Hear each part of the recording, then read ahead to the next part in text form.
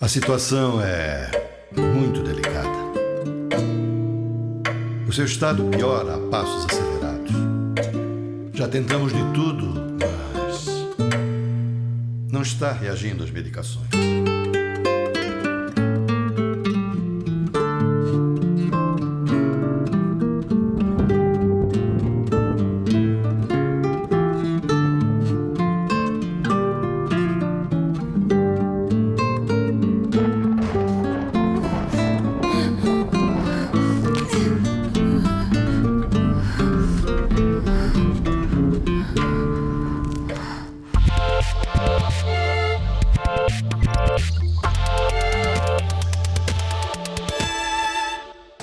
Oi, estamos começando mais um Arte 1 em Movimento.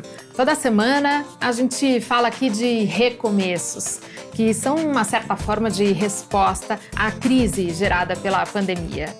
Pois em São Paulo, enquanto museus e galerias permanecem fechados, uma iniciativa dá um jeito de promover o encontro entre o público e as obras de arte. Nem que seja através da janela do carro, tipo um drive-thru mesmo.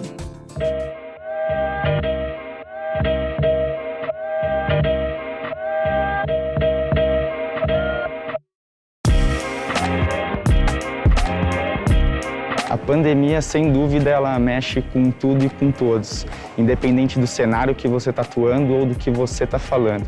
Então, todos os meus trabalhos, até os antigos, até os mais recentes, eu percebi que eu olhei de uma forma ressignificada para eles. Eles já não faziam mais o mesmo sentido que eu gostaria de implementar por todos esses fatores externos.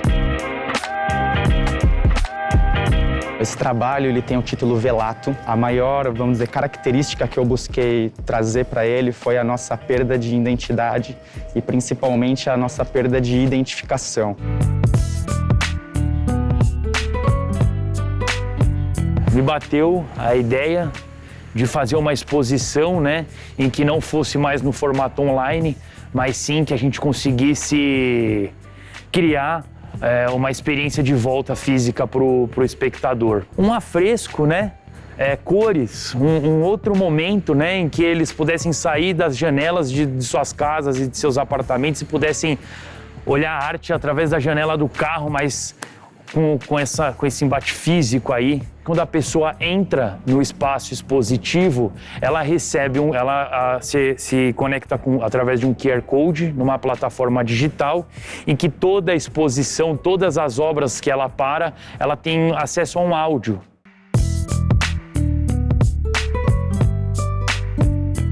Nunca pintei um quadro nessa escala, então eu fiquei um pouco até ansiosa saber como que eu ia fazer e quanto tempo eu levava para fazer isso. Eu tinha pouco tempo, né? Eu tenho um trabalho mais introspectivo. Eu comecei a fazer uma pesquisa sobre o sentimento do vazio, sobre a solidão, a solitude.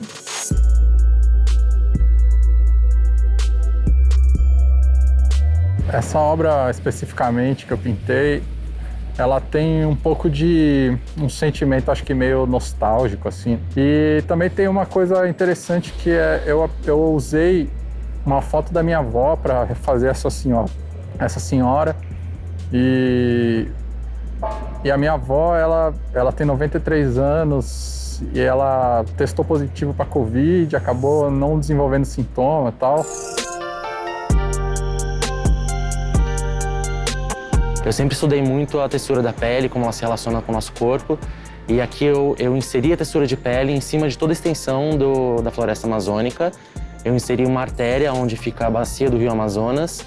Eu fiz uma pesquisa em 2019 para descobrir onde eram os focos de desmatamento e os focos de queimada. E onde tem esses focos, eu inseri queimaduras, inseri ferimentos, para fazer essa justaposição entre o nosso corpo, a casca do nosso corpo, que é a nossa pele, e o meio ambiente e a natureza, e como as duas coisas se relacionam, e como ferir o nosso ecossistema, ferir o meio ambiente, ferir o nosso próprio corpo.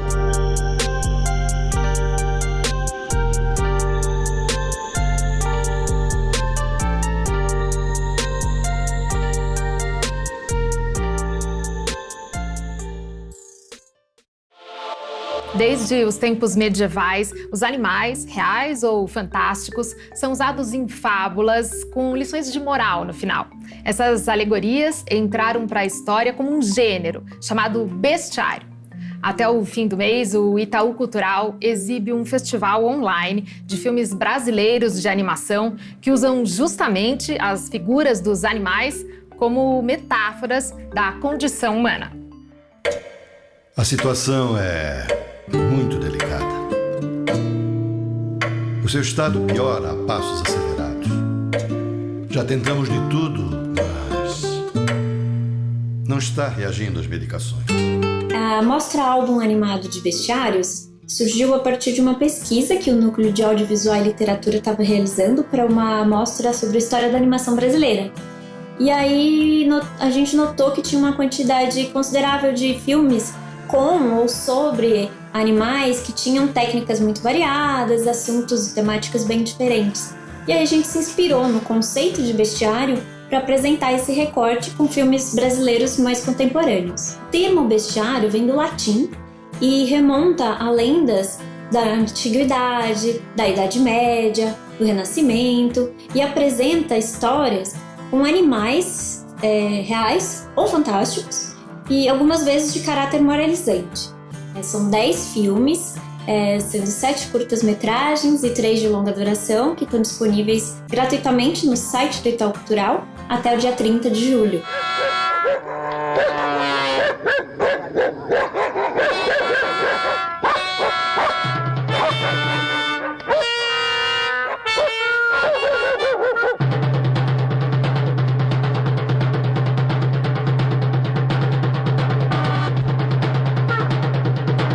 Alguns dos destaques são o Boiaruá, de Chico Liberato, Passo, do Lê Abreu, Poética de Barro, da Juliana Danza, e o Almofada de Penas, do Joseph Specker.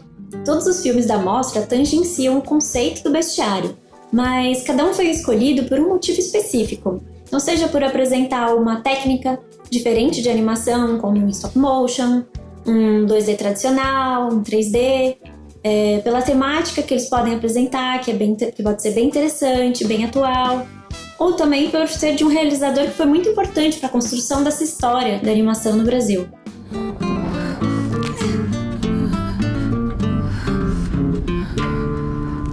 Durante esse período de isolamento, a indústria audiovisual foi muito impactada, né? De uma ponta da produção até a ponta da exibição. Então as salas de cinema foram fechadas, e o streaming tem sido um grande facilitador para as pessoas continuarem consumindo o audiovisual, mas se mantendo isoladas dentro das suas casas. Tá todo mundo se reinventando nesse processo, né? O próprio Itaú Cultural aumentou a quantidade de produtos online e a quantidade de mostras online também, sempre valorizando essa produção de filmes brasileiros que nem sempre estão disponíveis de forma gratuita no streaming.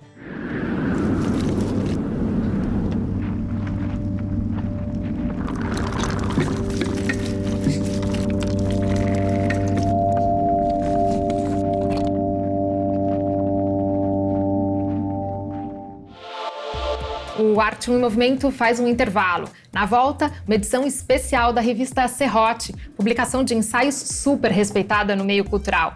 E as reflexões do escritor Fabrício Carpinejar nesta quarentena. Até já!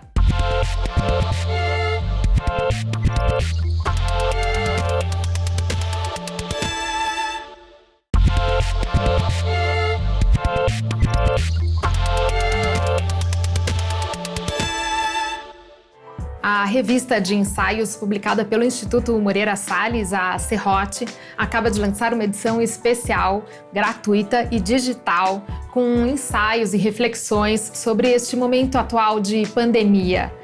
Produzida em isolamento social, a revista reúne 6 textos críticos que tratam especialmente da situação do Brasil nesse contexto.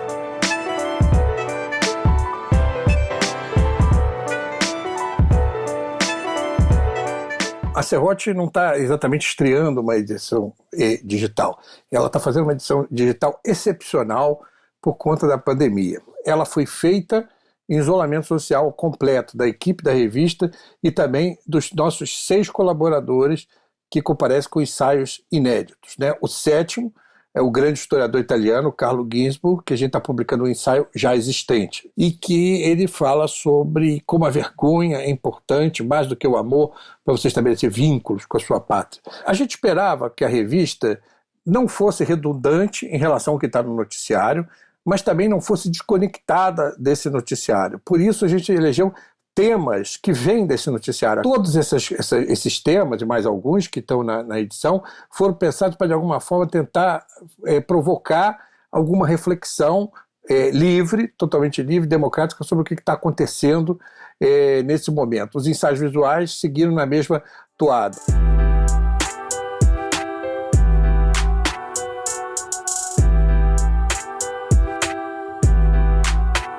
E eu comecei a pesquisar sobre a figura do zumbi e descobri que o zumbi, na verdade, ele é uma figura do voodoo haitiano que foi transformado num personagem de terror no cinema americano por volta dos anos 30 e 40, porque, assim, os americanos ocuparam Haiti por um tempo e ouviam sobre ritos em que as pessoas eram submetidas a eles, perdiam a vontade própria. Só que é aquela coisa da lenda urbana que as pessoas vão contando, não entendem direito. Essa visão é arraigada de preconceitos, racismo religioso, enfim. E foi aí que eu comecei a pesquisar e descobri que tem autores que estão lendo as histórias de zumbis a partir de um cunho racial, dizendo, olha, o zumbi nada mais é do que essa vida racializada das minorias, que é considerado como outro.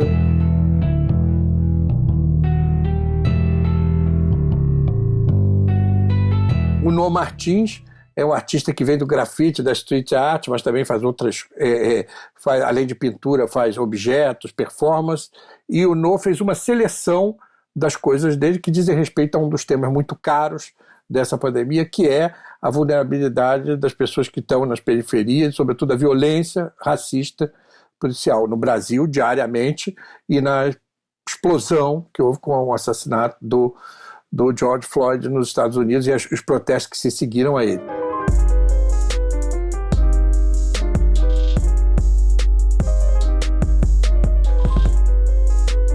Quando a revista entrou em contato comigo e me convidando para fazer o ensaio, eu estava abrindo a minha última individual, que acabou de acontecer em Londres, no Reino Unido, na Jack Bell Gallery. Essa exposição se chamou Social Signs, né? Signos sociais, e em todas essas pinturas, nas entrelinhas dela, a gente vai encontrar o que eu vou classificando como essa simbologia social.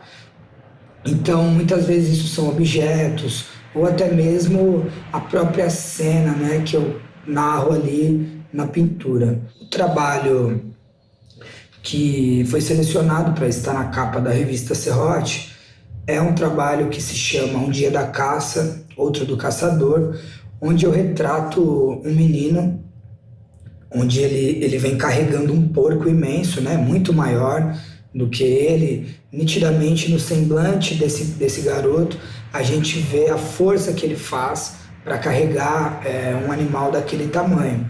Esse trabalho é repleto desses signos sociais, a começar pelo próprio ambiente onde esse menino está transitando, né? Ele está transitando num ambiente periférico, um ambiente onde geralmente a população rica, a população de classe média não circula, né?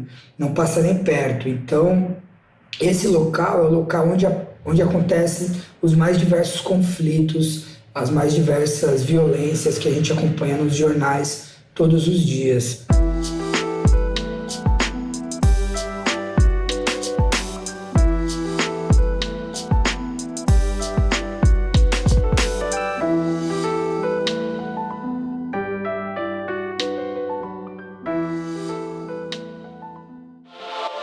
Diante desta situação emocionalmente difícil, o escritor Fabrício Carpinejar quis escrever um livro que pudesse funcionar como um apoio para os leitores. O Carpinejar já atua como uma espécie de guru nas redes sociais. O livro Colo, por favor, é sucesso de vendas. Fala de saudade, solidão, medo e, sim, ajuda muito quem está sensível e quem não está. Minha educação não depende da reação de terceiros. Ela continuará existindo acima do que acontecer, de acidentes e erros, de enganos e injustiças. O que eu tenho feito na quarentena para enganar a ansiedade é trabalho físico, manual, cozinhar, passar, lavar, faxinar. São aqueles recreios do pensamento em que eu não fico obcecado tentando controlar o futuro. Escrever para mim no isolamento tem sido uma resistência feroz. Eu fico feliz de poder combater o sofrimento, combater a angústia, me colocar no lugar do outro. Colo, por favor. São 40 ensaios biográficos interligados, como se fosse um romance reflexivo. Todo capítulo é antecedido por um aforismo, uma frase poética de densidade. Os 40 textos evocam a quarentena.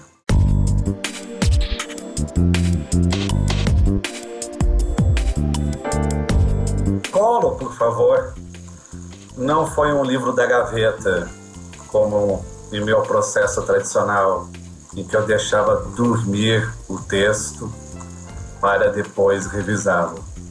Ele foi escrito e logo publicado, porque eu tentei dar colo a quem não tem segurança nenhuma. E não há segurança. A gente não tem convicção do que pode acontecer. Estamos num confinamento, tanto geográfico, parado no mesmo lugar, como temporal, parado no mesmo tempo. O livro é uma espécie de investigação de si para se aceitar melhor. O colo é um luxo do afeto. É aquele conforto máximo, supremo. O colo é tudo que a gente precisa nesse tempo de excesso de saudade e de distanciamento.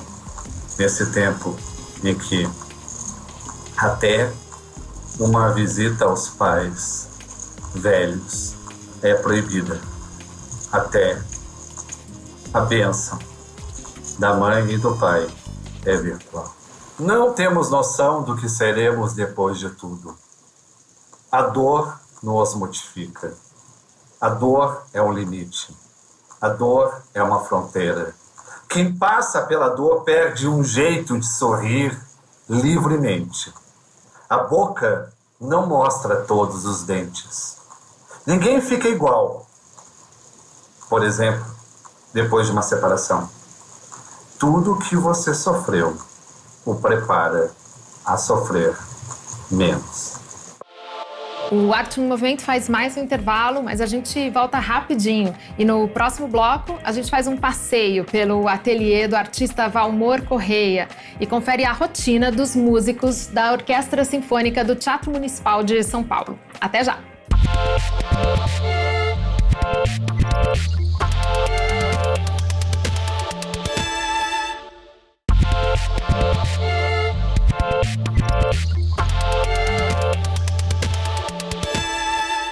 Com um ateliê dentro de casa, o artista Valmor Correia, num primeiro momento, achou que nem sentiria tanta diferença assim na sua rotina de quarentena.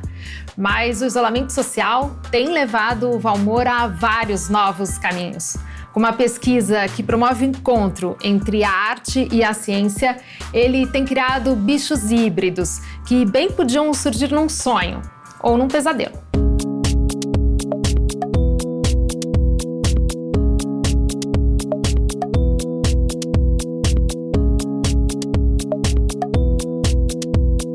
Eu, particularmente, estou desde o dia 8 de março, em quarentena, mas por sorte eu trabalho na minha casa, ou seja, meu ateliê é onde eu moro. Quando eu acabo uma obra, a primeira coisa que eu vejo é que ela reflete, traduz ou comenta, né, uma vivência. No meu ateliê eu tenho o privilégio de ter uma árvore bem na frente da minha janela, onde eu alimento os pássaros todos os dias. Eu coloco fruta. Eu comecei a observar todos os restaurantes fechados, bares e as pombas sem ter o que comer. Então eu comecei escondido à noite a jogar arroz nas calçadas aqui próximas da minha casa e percebi que as pombas começaram a vir e virou meio que um ciclo de alimentar as pombas, os passarinhos, né? Tem sabiá, tem um pica-pau enorme que vem bastante aqui. Então eu comecei a observar que, na verdade, o que eu estava pintando era a minha janela, é a janela do que eu estou vendo. E nesse primeiro quadro, nessa minha primeira pintura, os animais já ainda eram um pouco híbridos, assim, essa natureza meio perversa, meio estranha e tal. E eu chamei essa pintura de diurna. Aí eu resolvi fazer uma segunda pintura que eu chamei de noturna, que é toda composta com animais brasileiros que vivem à noite, né? Morcego, tamanduá, lobo-guará. Então eles são reais. Eu percebi que ali eu não quis ultrapassar os limites da natureza e fazer esse hibridismo. Eu deixei ela como ela é.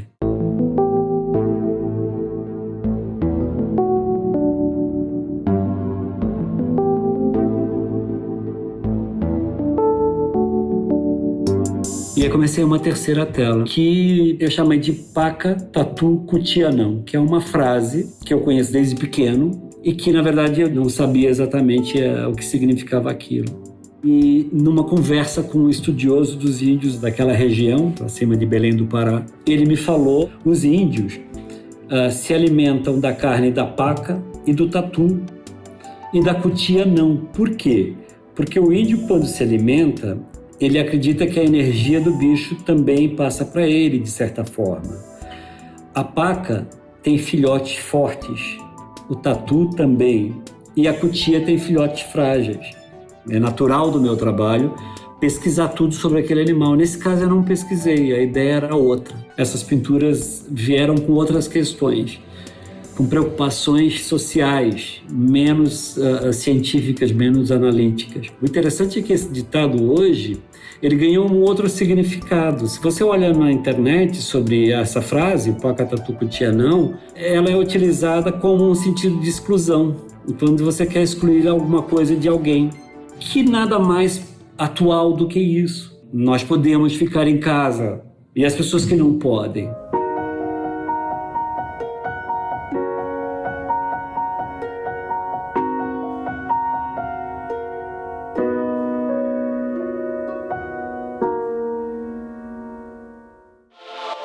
Os músicos da Orquestra Sinfônica Municipal de São Paulo, sob a regência do maestro Roberto Minchuk, estão em casa, mas praticando e estudando. Eles dividem agora um pouquinho da rotina deles com a gente.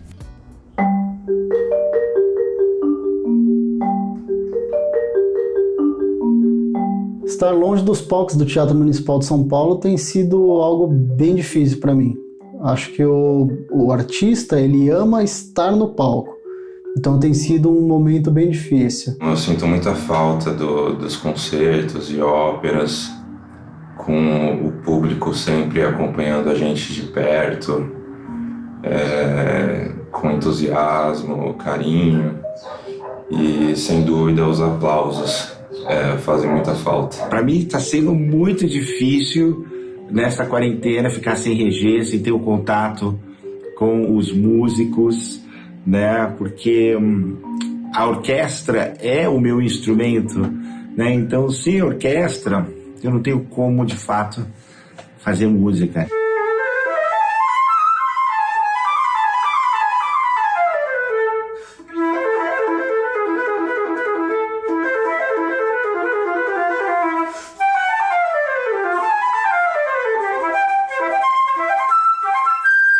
Um lado positivo desse período de isolamento tem sido o meu ritmo de estudo, que melhorou consideravelmente, porque eu não tenho as preocupações do dia a dia, como deslocamento, estresse causado pelo trânsito. Então, com isso vem à mente muitos projetos musicais, até então deixados de lado ou adiados justamente pela falta de tempo. O meu processo de estudos, eu acredito que não tenha mudado tanto, porque assim como todos os músicos, eu estudo horas e horas, todos os dias, então eu estou mantendo isso.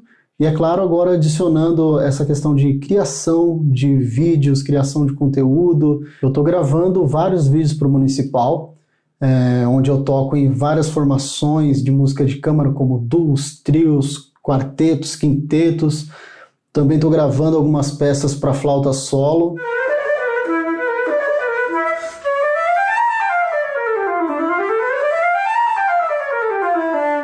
A tecnologia nos dá essa possibilidade de continuarmos o nosso trabalho. Então, os músicos da Orquestra Sinfônica Municipal de São Paulo continuam ativos, gravando vídeos diariamente, né? Eu acho isso fantástico, porque músicos do mundo inteiro estão produzindo coisas fantásticas, né?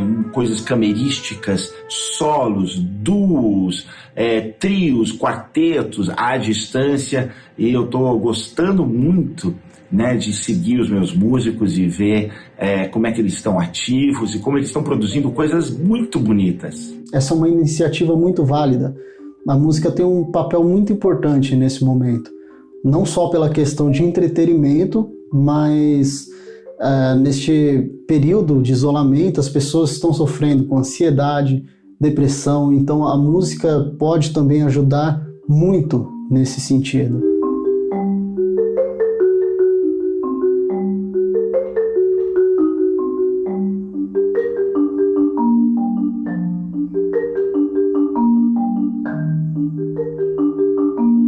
O Arte em Movimento termina aqui. Super obrigada pela sua companhia. Te espero na semana que vem. Enquanto isso, cuide-se. Até lá!